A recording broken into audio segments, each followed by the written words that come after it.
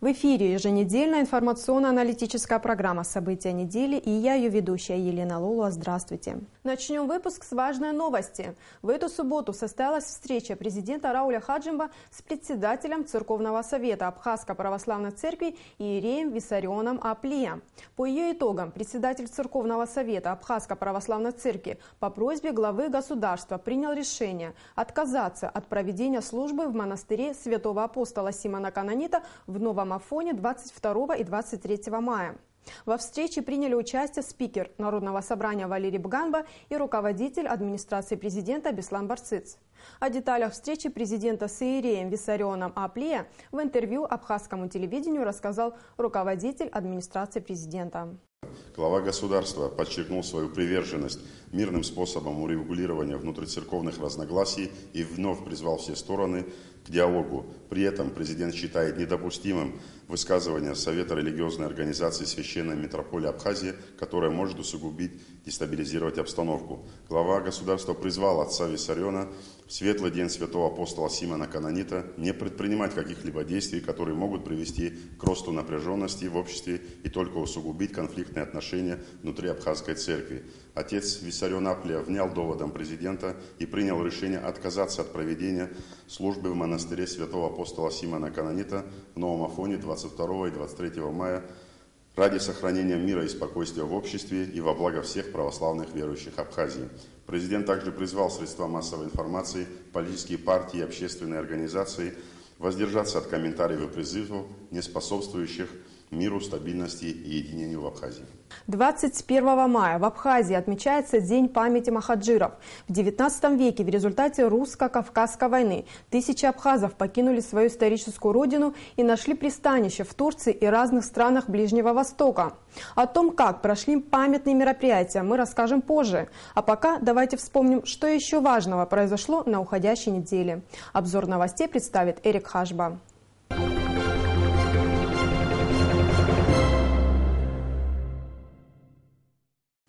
Президент Рауль Хаджимба на этой неделе провел расширенное совещание, посвященное подготовке к курортному сезону. В этот летний сезон ожидается увеличение туристического потока на 30% по сравнению с успешным 2015 годом, сказал президент. Многие отели и гостиницы забронированы вплоть до поздней осени, поэтому все органы государственной власти и коммунальные службы должны приложить максимум усилий для того, чтобы достойно провести курортный сезон. Президент предупредил, что за невыполнение поставленных задач каждый будет нести персональную ответственность. На совещании выступили члены Кабинета министров, руководители правоохранительных структур и главы городов и районов. Рауль Хаджимба принял участие в официальной церемонии открытия пещеры Голова Отапа. В течение нескольких месяцев первооткрыватель пещеры, 34-летний житель села Отап Валерий Адлиба, вместе со своей семьей трудился практически днем и ночью, подготавливая объект к курортному сезону. Расчищена дорога, облагорожена прилегающая к объекту территория, заменены мосты внутри пещеры. Валерию Адлиба на эти работы прошлым летом государство выделило кредит в размере 1 миллиона рублей.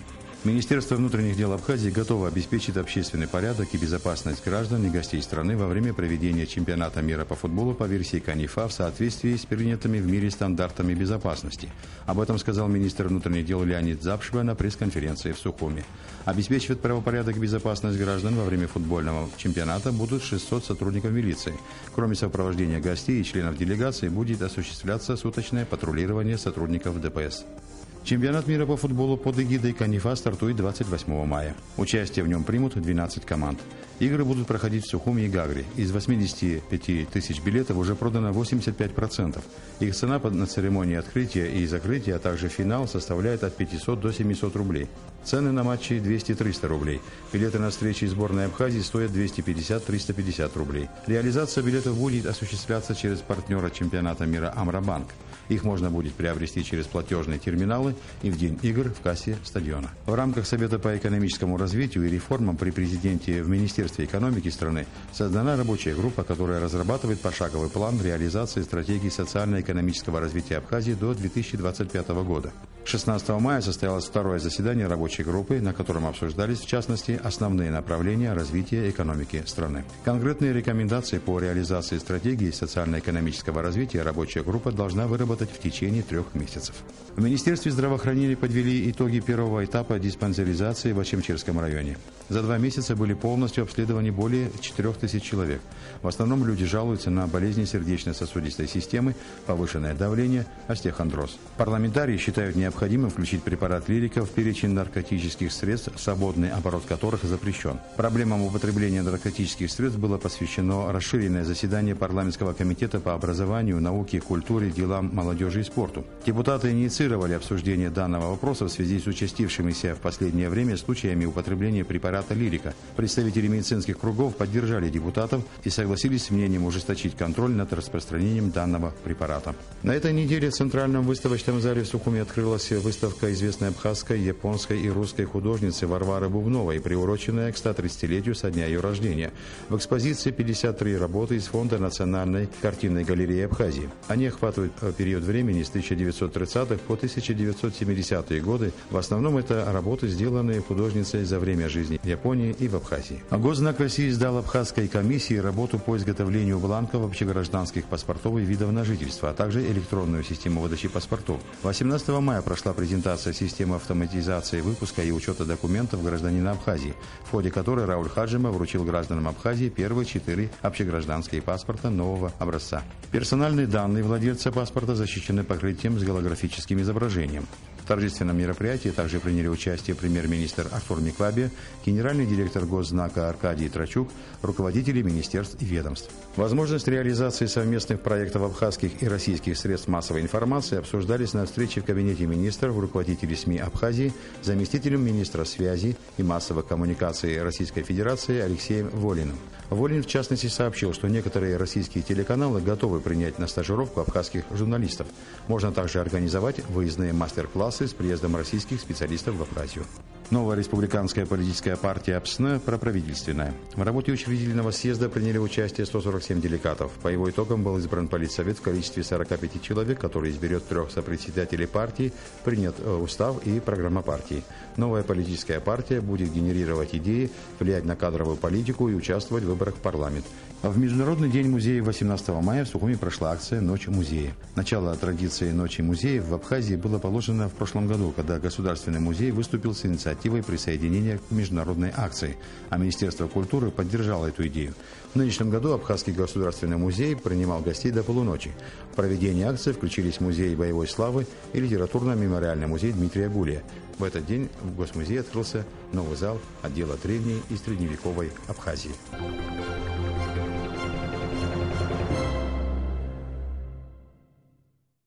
Это все, чем запомнилась уходящая неделя. А сейчас поговорим о проблемах в энергетической отрасли. Эта тема продолжает оставаться одной из самых острых в Абхазии. В прошлом году, летом, самые большие проблемы с электричеством испытал Гагарский район. Всему виной полная изношенность электрических сетей и оборудования, а также резкое увеличение потребления электроэнергии и несанкционированные подключения к сетям. Чтобы избежать критической ситуации в летний период, абхазские энергетики вот уже несколько месяцев монтируют дополнительную воздушно-кабельную линию. Она позволит распределить нагрузки на электросети в центральной части города. Какие прогнозы делают энергетики на это лето? Удастся ли удержать ситуацию с электроснабжением под контролем в жаркие летние месяцы? На наши вопросы ответит гендиректор Черноморэнерго Аслан Басарян. Здравствуйте, Аслан Георгиевич. Здравствуйте. Мы рады вновь вас приветствовать в нашей студии. Сейчас мы хотели бы поговорить о том, что как Черноморэнерго готовится встретить летний курортный сезон, как собирается безболезненно пройти жаркие пиковые летние месяцы. Потребление электроэнергии растет в Абхазии ежегодно. Между тем, лишь третья часть потребителей оплачивает за электроэнергию, несмотря на мизерные тарифы. Президент в качестве выхода из ситуации предложил списать многолетнюю задолженность за потребленную электроэнергию при условии, если граждане ликвидируют задолженности за 2 предыдущих года. Администрация совместно с Черноморэнерго, совместно с вами разрабатывает проект закона о реструктуризации задолженности с физических лиц платить за потребляемую электроэнергию. Как вы считаете, вот реализация этого закона поможет как-то сдвинуть проблему с неплатежами с мертвой точки? Удастся ли улучшить платежную дисциплину? У нас существует комплекс задач, которые нужно решать в плане энергосистемы. И, естественно, определенный шаг именно в ракурсе реструктуризации. Мы надеемся на то, что придаст определенной динамики. Сумма долгов за весь период юридических лиц и физических лиц приблизительно составляет 1 миллиард 600 миллионов рублей. Естественно, это мертвым грузом лежит как те долги, которые вроде бы кем-то когда-то будут заплачены, но мы понимаем, что этого не произойдет. И параллельно с этим речь идет о бухгалтерской отчетности, на которой аккумулируются эти долги, и ничего с ними мы сделать, собственно говоря, не сможем. Мало того, у нас есть те абоненты, у которых задолженность достаточно высокая и большая, и понимая, что она настолько высокая, что они не могут с ней справиться, они дальше остаются неплательщиками. Конечно, здесь может возникнуть достаточно справедливый вопрос. А, собственно говоря, те люди, которые оплачивали все это время, как быть с ними? Есть ли некие такие справедливые подходы в этом отношении? Поэтому сейчас очень активно обсуждается вопрос именно срока. За какой срок абонент должен погасить свою задолженность для того, чтобы ему могли реструктурировать те долги, которые были до. Но, тем не менее, мы прекрасно понимаем, какой процент собираемости фактически был всегда в динамике. То есть понятно, что он увеличивается, но увеличивается незначительно. Соответственно, мы можем как минимум смело сказать, что плательщиками вообще на территории Абхазии из всех физлиц, то есть из наших граждан, являются порядка 30%. Соответственно, 70% тех сумм, которые должны поступать, они просто не поступают в адрес нашей организации. И поэтому, если мы сможем придать этому процессу динамики, то, конечно, это будет большим подспорьем для реализации наших энергетических задач. Но параллельно с этим мы же понимаем, что без оснащения приборами учета реально сдвинуть эту ситуацию на более такой новый качественный уровень у нас не представится возможным. Я вот вспоминаю пресс-конференцию премьер-министра Артура Миклабия, как он давал ее в феврале, посвящена она была в том числе и проблеме энергетики в энергетической отрасли. Он говорил о том, что государство не планирует повышать тарифы, но собирается как-то бороться с неплательщиками.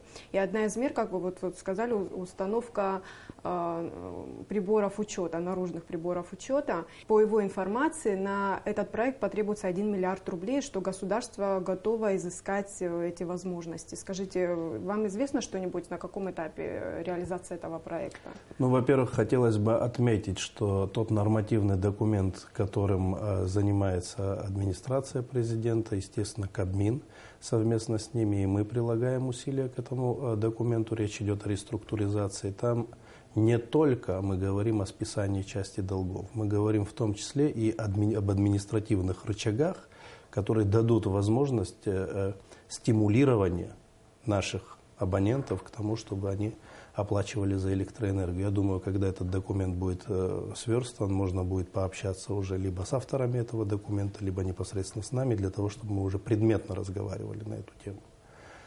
Что касается приборов учета, бесспорно, в Кабинете министров тоже понимают эту проблематику, и мы достаточно тесно в этом отношении сталкиваясь с нашими проблемами, да, обсуждаем эти вопросы, задачи, поднимая аналитику. Аналитика у нас достаточно такая хорошая и печальная, скажем так. Печальная в том плане, что огромное количество абонентов у нас, по сути, не платят. Но, тем не менее, мы же прекрасно понимаем, что это достаточно большие, крупные, серьезные финансы. Если у правительства будут возможности, конечно, изыскать такие средства, мы сдвинемся с мертвой точки. Не все просто, опять же, понимают, что такое энергоотрасль и какое количество инвестиций нужно располагать, каким количеством инвестиций для того, чтобы решать те или иные задачи. Вот, предположим, строительство условно линии в 1 километр и установка трансформатора, который может обеспечить всего лишь 20, 30, ну, может быть, 40 домохозяйств, компания обходится, порядка, в зависимости, опять же, от ситуации, от 1 миллиона, 1,5 до 2 миллионов рублей. А эти деньги нужно откуда-то А при брать. этом это всего лишь 20, 30, 40 абонентов. Во всем селе, будем считать, что живет 300-400 абонентов. Со всего села при определенной такой динамике собираемости, мы можем собрать в месяц порядка 30 тысяч рублей или 40 тысяч рублей.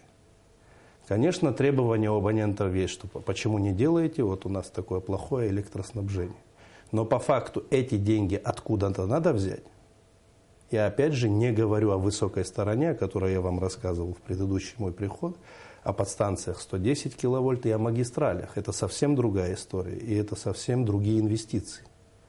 И тут возникает вопрос. Либо мы должны каким-то образом реализовывать эти задачи без денег, чего не бывает в современном мире, либо наши абоненты, наши же граждане помогут нашей энергосистеме для того, чтобы мы могли эффективнее работать с нашим населением и подавать им качественную электроэнергию. Какой бюджет у госкомпании Черноморэнерго? У нас... На что хватает этого бюджета? Дело в том, что у нас, скажем так, организация не бюджетная, это хозяйствующий субъект. И по сути мы живем на как раз платежи за электроэнергию, на те финансовые средства, которые мы получаем за подключение технологическое. И периодически нам, конечно, помогает государство, понимая, что у нас существуют финансовые дыры. Для вашего понимания, только на фонд оплаты труда вместе со всеми нашими филиалами и так далее, со всеми нашими структурами, у нас уходит порядка 16-17 миллионов рублей в месяц. Это огромная структура, наверное, одна из самых больших структур на территории Республики Абхазия. То есть, как говорит мой друг, если вскарабкаться на гору ночью и посмотреть на все пространство Республики Абхазия и посмотреть, где горит свет, вот в каждом этом месте присутствует наша организация. Это тоже нужно понимать масштабы реализации этих задач. Соответственно, получается, что финансовые средства, которые у нас остаются поверх заработной платы, а все зависит от сезонности. Есть сезоны, в которые мы фактически еле выплачиваем заработную плату. Но вы понимаете, у нас огромный, например, автопарк, его нужно обслуживать. То есть это спецтехника, это топливо, это, собственно говоря, командировочные расходы, потому что бывают структуры и службы, которые не расположены в других регионах, и они выезжают из головной организации для того, чтобы реализовать те или иные задачи. Соответственно, вот эти остатки, скажем так, хотя это не остатки, это по сути выживание, они уходят на приобретение каких-либо материалов. А у нас иногда получается, что в месяц на приобретение материалов и оборудования либо ничего не остается, либо остается от 2, 3 до 4 миллионов рублей. И это всего лишь трансформаторы, не говоря уже о кабельных наших хозяйствах, не говоря уже о приборах учета, не говоря об огромном количестве материалов, запчастей, которые нужно приобретать. Энергетика – вещь дорогая. Вот этот проект закона, о котором мы говорили, о реструктуризации задолженности физических лиц за потребленную электроэнергию. Какие ваши конкретные предложения по решению вот этой ситуации с неплатежами? Вы знаете, рабочая группа, которая работала над этим документом, у нас вообще получилась очень такая плодотворная работа. Все действительно понимали энергетические проблемы, и можно сказать, что эти предложения рождались там же, и мы совместно общаясь приходили к чему-то общему. Соответственно, есть ряд предложений, предположим, по получению той или иной документации. Предположим, у нас есть бизнесмены, индивидуальные предприниматели, которые лицензируются. Соответственно, лицензирование для того, чтобы пройти эту процедуру, нужно предоставлять документацию о том, что нет, предположим, задолженности за электроэнергию. То же самое речь идет о тех или иных сделках с недвижимостью. То есть получается, что происходит, предположим, купля-продажа недвижимости, но при этом остаются долги за электроэнергию, и не только, наверное, за электроэнергию. Соответственно, есть комплекс мер. Мне сейчас не хочется говорить о них, потому что нет конечного документа, но я думаю, что в ближайшее время он будет уже сверстан. У нас как раз вот вчера было очередное совещание по этому поводу. Мы надеемся на то, что в ближайшее время документ будет уже окончательно готов, и его спустят в парламент для принятия уже решение, это будет закон. Я бы хотела, чтобы мы поговорили о ситуации в Гагарском районе. Гагарский район один из динамично развивающихся районов. Мы видим, как грибы после дождя там растут мини-гостиницы. Это, конечно, хорошо, но одновременно там такие же огромные задолженности перед госкомпанией, как и по всей стране. Вторая проблема – это несанкционированные подключения к энергосетям, да, что приводит к нагрузкам и порой подчас и к авариям. Гагарские энергетики обещают решительно с этим бороться, вплоть до отключения абонентов. Вы можете сказать по стране, какая ситуация с незаконным подключением и какое количество абонентов вы отключили за эти нарушения? Спасибо за вопрос. Дело в том, что Гагарский район у нас в приоритете стоит, честно вам скажу. Это связано с тем, что мы с одной стороны хотим создать условия для наших жителей, для того, чтобы у них была возможность зарабатывать денежные средства, в том числе используя курортный сезон.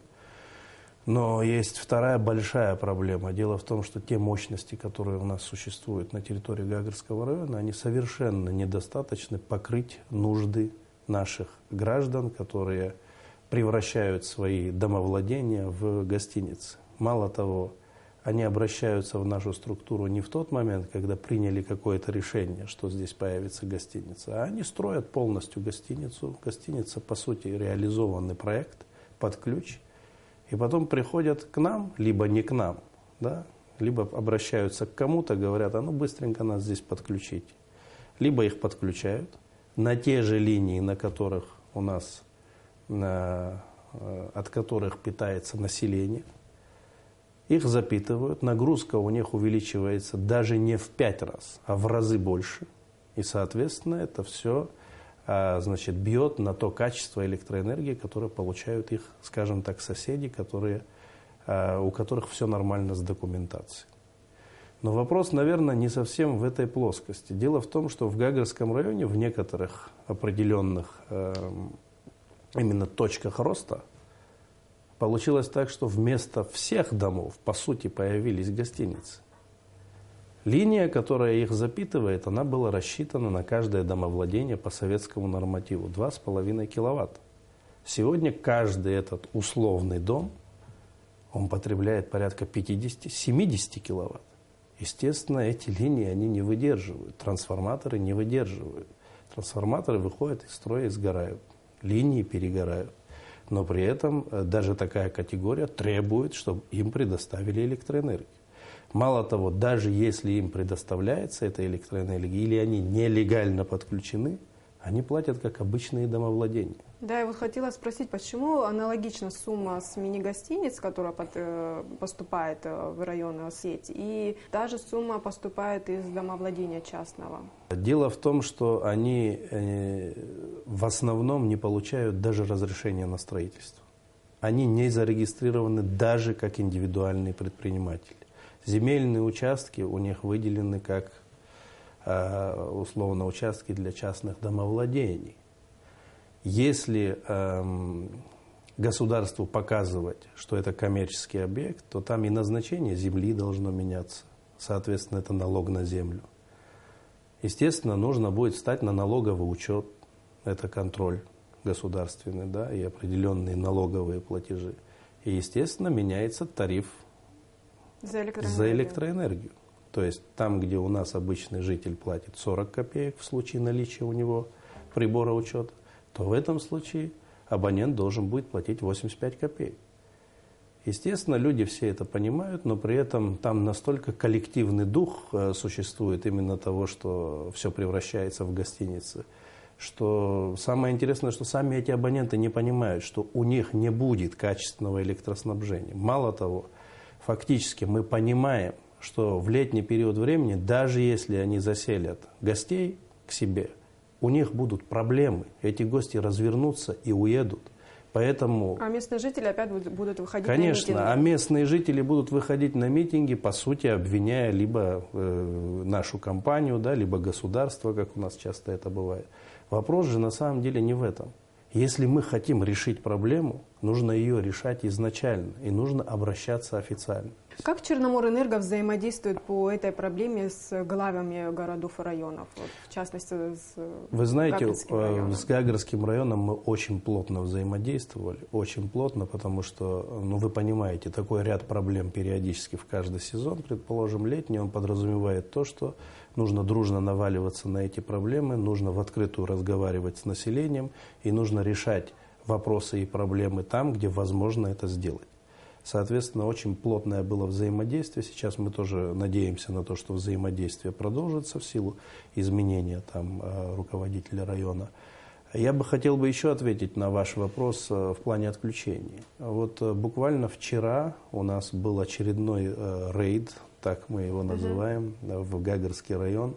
То есть выезжают отсюда бригады, к ним подключаются именно гагарские уже бригады, и по тем или иным регионам Гагарского районам они ездят, проверяют наличие технических условий на объектах, это первая вещь, и вторая вещь, проверяют, собственно говоря, наличие задолженности. В случае нерешения этих вопросов происходит, по сути, отключение абонента. Ну и какие результаты рейда? Ну, вы же понимаете, что результаты рейда, они всегда есть, это понятно, да? Но тем не менее, они есть как положительные, так и отрицательные. Естественно, это конфликтная ситуация. Естественно, у нас в нашем обществе существует такое, что кто-то ссылается на руководителя, кто-то ссылается еще на кого-то. Но, во всяком случае, в нашей организации очень сложно сослаться либо на руководителя, либо на его замов, потому что у нас подход единый ко всем.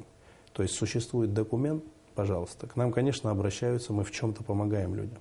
Но исключительно речь идет о помощи в рамках законодательного поля. Пожалуйста, оформите документы. Если нужна какая-то отсрочка в чем-то, мы тоже помогаем людям.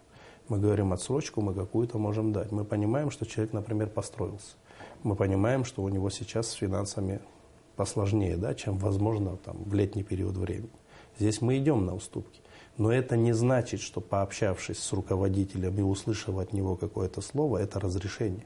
Это не разрешение. Разрешение – это наличие договора о технологическом присоединении и сами технические условия. А плюс к этому договор на электроснабжение того или иного объекта. Вчера буквально с рейда приехал наш представитель и рассказывал о том, что когда они начали отключать очередного нашего гражданина, который занимается коммерческой деятельностью, у него гостиница, но он не ожидал, что его будут отключать, а очередная конфликтная ситуация в тех фразах, которые мы знаем.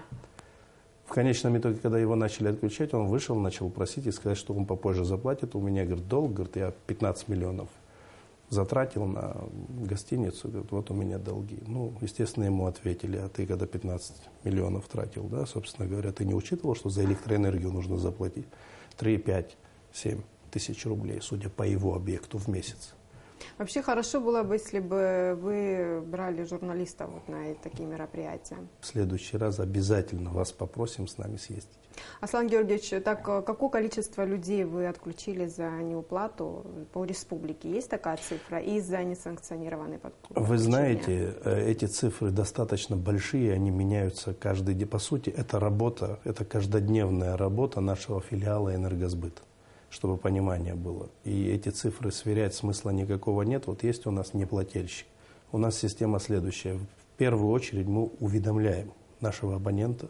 Это происходит письмом, где расписано именно количество его задолженности, да, и просьба погасить эту задолженность в определенный срок. В случае неуплаты, собственно говоря, мы берем на себя ответственность его обесточить, отключить. Предлагаю вам напомнить нашим телезрителям, как идут монтажные работы дополнительно воздушно-кабельной линии с подстанции Гагра-1, которая, как вы ожидаете, разгрузит центральную часть города. Давайте посмотрим. Давайте. В прошлом году летом самые большие проблемы с электричеством испытывал Гагарский район. Всему виной полная изношенность электрических сетей и оборудования, а также резкое увеличение потребления электроэнергии и несанкционированное подключение к сетям. Подстанция БЗИП мощностью в 100 мегаватт питает Гагарский район, включая города Гагру и Пицунду, а также Гудаутский район. На Бзипской подстанции в настоящее время ведется капитальный ремонт. Меняется оборудование 1964 года выпуска. Подстанция БЗИП выдает более 100 мегаватт. И этим питает весь Гагарский и Гудаутский район. Плюс осуществляется транзит через линию ПСО. Мы можем получать напряжение с России, а также при необходимости подавать в сторону России, если есть такая необходимость. Последний раз в 2012 году у нас был запущен УРУ-220. Все работы осуществляются силами Черноморэнерго. В Гагре идет бурное строительство мини-гостиниц и отелей. Появляются объекты общепита. Частные дома перестраиваются под объекты размещения туристов. Все это хорошо, но плохо, когда владельцы этих объектов незаконно подключаются к электросети, что приводит к большим нагрузкам и авариям, говорят специалисты. Чтобы избежать критической ситуации в летний период, абхазские энергетики вот уже несколько месяцев монтируют воздушно-кабельную линию. Она позволит распределить нагрузку на электросети в центральной части города. В настоящее время работы ведутся недалеко от мемориального комплекса, где были вырыты траншеи для прокладки кабеля. Здесь очень большой участок. Это улица от Абазга до улицы Звамба. Это у нас участок практически весь гостиничный. Здесь идет большое колоссальное потребление именно в плане коммерческого потребления. Здесь у нас новые маленькие частные гостиницы, которые потребляют очень большое количество электроэнергии. Для сравнения, мини-гостиница потребляет электроэнергию приблизительно столько, сколько в советское время потреблял пятиэтажный жилой дом. Новая линия с подстанции Гагра-1 восполнит дефицит и даст энергосистеме города около 7 мегаватт. Сумма расходов на ее строительство по смете составляет более 6 миллионов рублей. Мы вступили сейчас в заключительную фазу укладки подземного кабеля. Протяженность подземного кабеля около 480 метров. Сегодня будут раскатаны 2 барабана. И люди, около 30 человек, электриков со всего района, будут привлечены к этим работам. Вручную постараемся одним цельным куском уложить вот этот кабель. Из-за частых отключений электроэнергии прошлым летом горожане испытывали большие неудобства. Даже организовывали акции протеста, требуя решения проблемы. Между тем, в Гагрском районе, впрочем, как и по всей стране, низкая собираемость платы за потребленную электроэнергию. Список должников довольно внушительный. У нас около 51% собираемости. Люди любыми способами скрывают потребление, любыми способами незаконно подключаются. У нас линии превращены в паутину в городе, можно видеть. А потом население возмущается. А почему это так происходит? Потому что люди должны знать, мы должны соблюдать закон. Вторая проблема – это несанкционированные подключения вводимых в эксплуатацию объектов к электросетям. Таких примеров сотни. Астамур Джонуа говорит, что в этом году энергетики будут решительно бороться с нарушениями. Самый действенный способ, по его словам, отключение абонентов от сети. В нашем районе очень большой процент несанкционированных подключений. И если человек построил гостиницу, он считает, что государство обязано ему подать электроэнергию. Государство в части обязано сделать, но человек должен произвести оформление разрешительных документов, произвести уплату. Мы пошли им на уступки. Значит, технические условия, которые они должны произвести оплату по тех условиям, значит, они произведут эту оплату с 10 по 15 августа. Если с 10 по 15 августа они не будут производить оплату, то мы вместе с активом этой части населения мы будем отсоединять, отрезать этих абонентов. Дополнительная кабельная линия лишь частично снимет проблемы в одном из районов Гагры. Между тем, ежегодно в городе растет потребление электроэнергии приблизительно на 10%. Для реанимации всей отрасли нужны колоссальные инвестиции и, конечно же, сокращение долгов по оплате. Кабельные именно линии, о которых сейчас шла речь, они уже уложены. По сути, речь идет на сегодняшний день о 3-4 днях вот после праздников для того, чтобы мы завершили эти работы. Но, как опять же отмечалось в репортаже, дело в том, что мы решим вопрос тот, с которым мы столкнулись в прошлом году, именно по определенному району в Гагрском нашем районе. Но, тем не менее, у нас очень большие проблемы в Пицундах, у нас очень большие проблемы в Лдзаа. У нас большие проблемы в городе Гагра, в других местах, потому что действительно в течение прошлого года, этого года огромное количество гостиниц возникло, по сути, из ниоткуда. Возможно, этим летом в пиковые месяцы будут верные отключения? Там, где несанкционированные подключения, там, где вместо домов выросли гостиницы, там просто мы технически не можем подать им электроэнергию. Дело в том, что эти линии воздушно-кабельные и эти трансформаторы будут гореть. Для того, чтобы они не горели, мы будем отключать тех людей, которые не получили технических условий. Потому что из условно 100 человек, которые построились, как пример, за техническими условиями обращаются от 3 до 5 человек. Соответственно, все остальные считают, что они и так получат качественную электроэнергию. Это невозможно. То есть ваши прогнозы неутешительные на этот летний период? Ну, вы знаете, сейчас ту работу, которую мы проводим, она даст очень серьезный результат. Бесспорно, мы провели там работу, я уже говорил, на подстанции 110 киловольт Гагра-1. Мы сейчас спустили линию, которая более 7 мегаватт может разгрузить с той линии, которая до этого выходила из строя. То есть глобальные задачи, которые у нас стояли, у нас реализованы. Но кто же знает, что как грибы растут эти гостиницы, тем более, что они к нам начали обращаться, даже 3-5 гостиниц, да, условно я процент называю, они к нам обращаются перед сезоном и говорят, чтобы их запитали. А к их гостинице нужно тащить, предположим, линию в 5-6 километров и ставить трансформаторную подстанцию достаточно мощную. Но так не бывает, просто это же элементарное понимание дел. То есть нужно понимать, что если что-то строится, на это нужно время и деньги. Ни времени, ни денег нет. Люди хотят запитаться к сезону, а при этом тратить ничего не хотят. Ежегодно на 10% увеличивается потребление электроэнергии. Платежи не вырастут. Вы будете обращаться, какой выход? Вы будете к государству обращаться за помощью, чтобы выделили дополнительные возможности, чтобы еще такую же воздушно-кабельную линию проводить?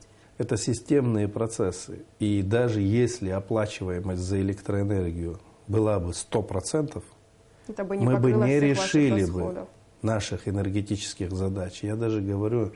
Часто я говорю не только от компании Черноморэнерго. Я считаю, что наша энергосистема, это по сути, она наша, она принадлежит каждому гражданину Республики Абхазия. Потому что это наша, она государственная, она не частная, и дай бог, чтобы она такой осталась. В любом случае государство периодически будет помогать Черноморэнерго, пока наша экономическая модель, она такая, какая есть. Единственная электростанция, которая снабжала Абхазию электроэнергией, я имею в виду, конечно же, Ингургэс, в феврале этого года там возникли проблемы, объективные проблемы. Не было дождей, и уровень воды в Джварском водохранилище достиг критической отметки. Вы можете сказать нам, какая ситуация сейчас там? Когда начался паводок? Поднялся ли уровень воды в Джварском водохранилище? 31 марта в ночь, в 12 часов ночи мы перешли полностью на потребление со стороны Ингурской ГЭС.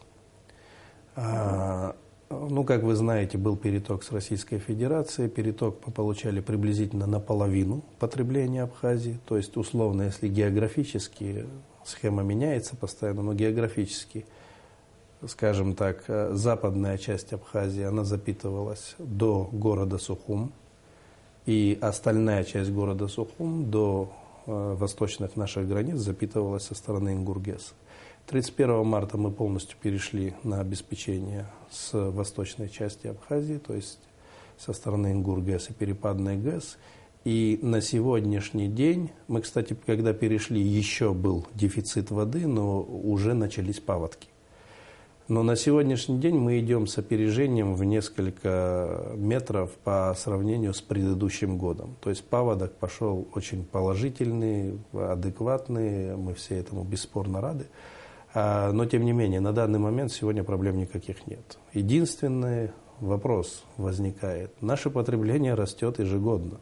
И растет колоссальными темпами. Это в том числе, и если мы только что обсуждали вопрос возникновения гостиниц, каких-то комплексов, в том числе и какие-то заводы, фабрики появляются, да, там техническое оснащение, еще что-то. Соответственно, динамика, она у нас достаточно активная. И тут возникает вопрос. Ингургэс все равно производит в зимний период времени в разы меньше электроэнергии, чем он производит в весенний-летний период. Если мы не начнем экономить электроэнергию, мы будем периодически сталкиваться с этой проблемой. В российской инвестпрограмме заложено порядка 60 миллионов рублей на проектно-изыскательские работы в энергетической отрасли. Вы можете пояснить, что это за работы? Ну, на самом деле это чуть-чуть не так. Дело в том, что речь идет о схеме перспективного развития электроэнергетики Республики Абхазия. То есть стратегии? Дело в том, что это не совсем стратегия. Это технический документ и технико-экономический документ. К сожалению, большому такого глубокого мониторинга, научного именно, мы не проводили. И, соответственно, нам нужен основной стратегический документ, в котором сосредоточена не только стратегия развития, то есть это технические характеристики, предположим, сколько нам нужно линий такого класса напряжения, где эти линии должны быть расположены, сколько подстанций или какое количество именно подстанций такого типа или другого типа нам нужны, в каких регионах, в каких районах. Если мы говорим про распредсети, вот типа Гагарского района, где какие нагрузки есть, какие нагрузки, какая динамика нагрузок существует. Этот документ обычно базируется на таких документах, как градостроительные планы, как программы развития, социально-экономического развития и так далее, и так далее, и так далее.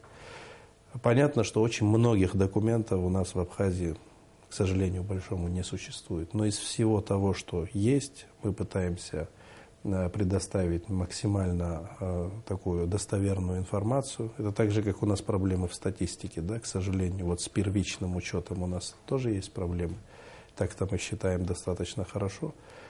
То же самое происходит в энергетике. То есть это объемный, большой пласт работы, который будет реализован, мы надеемся, будет реализован в течение этого года. И тогда мы совершенно четко и точно будем знать в техническом плане, какие перед нами стоят задачи и вызовы. Аслан Георгиевич, будем надеяться на то, что граждане услышат ваши призывы и ликвидируют задолженности, которые есть перед вашей госкомпанией.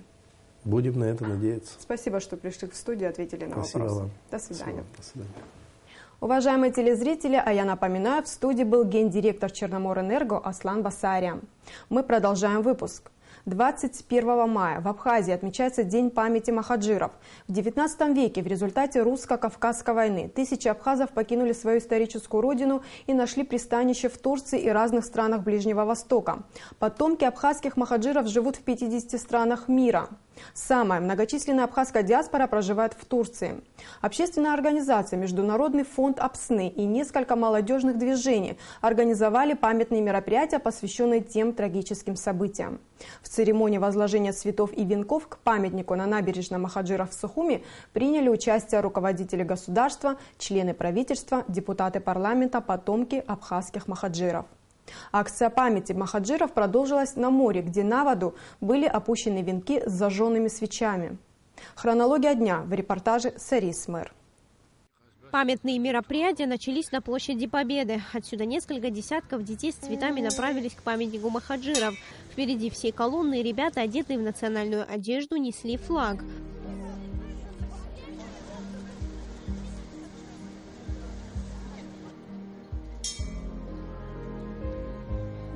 Почтить память махаджиров к памятнику пришли руководители государства во главе с президентом Раулем Хаджинба, представители общественности, служащие различных государственных ведомств. На возложение пришли и сами репатрианты, которым удалось вернуться на историческую родину.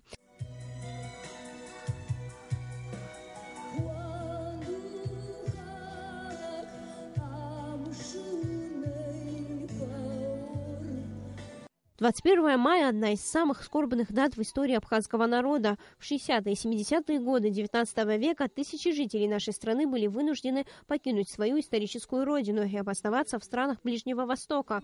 Сегодня наши соотечественники живут во многих странах мира – Сирии, Египте, Иордании, самая многочисленная диаспора в Турции. Многие из них в последние годы часто приезжают в Абхазию. Растет число репатриантов, прибывающих сюда на постоянное место жительства. Я приехала 3 года назад. Моя семья вместе, 3 детей. Я работаю. Да. Привыкли, да, вот моя дочка в университете учится. сын тоже. Все нормально. Ну, вы рады, что вы сюда приехали? Конечно, очень рада. Память об испытаниях, выпавших на долю абхазского народа, должна передаваться из поколения в поколение. Ведь только в этом случае будут возвращаться к родным берегам потомки махаджиров. Мы не должны забыть свои прошлые и правильно настроить свое будущее. Все делается для наших молодежи. Молодежь должна знать свои истории, правильные истории и правильно строить свое будущее. Это общая наша история Кавказа, которая объединяет нас. И сегодня здесь у нас есть гости Карачаево-Черкеза, Абазины, Абхазы. Абхазия уже из Турции, Сирии, Египта. Вот это будущее. Это и наши надежды. Возле памятника махаджиров организаторы акции развернули экспозицию, где были представлены книги и научные труды, рассказывающие о махаджирстве. Эти работы принадлежат нашим известным писателям. Более того, здесь немало работ репатриантов, которые в течение последних нескольких лет переехали в Абхазию. Памятное мероприятие продолжилось в Абхазском драматическом театре. Здесь зрителям была показана постановка «Симра» по одноименной поэме Рушбе Смыр.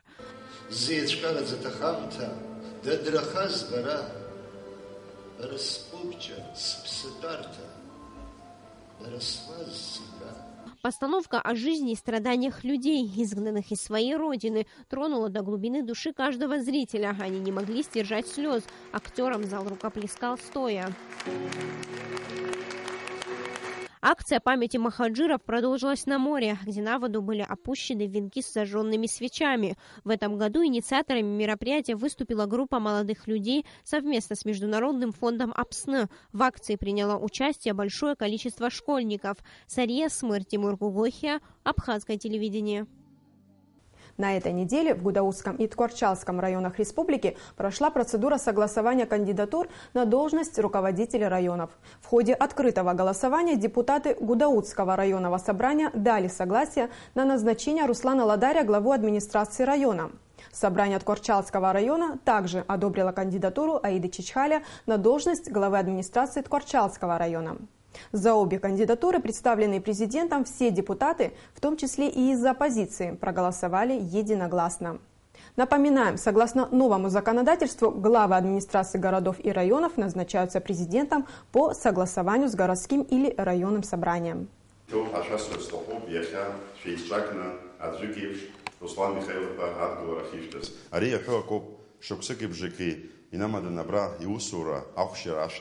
Иусура има затагылаза шинакуршина илшаз мачзым шариф друт и взедзен апхетви шапха иқалза сазывги взед шпанер друт шуксык бжекерилок дзена а района винуцла иқалзаз айтак ракуратшан убряхшер яхеш яхтаз ашти и топ ашас ферстохоп и взегес шут пхаа шейцис усейцура шгуйторча аман шалара. Это все, о чем мы планировали вам рассказать. Спасибо, что смотрели нас. До свидания.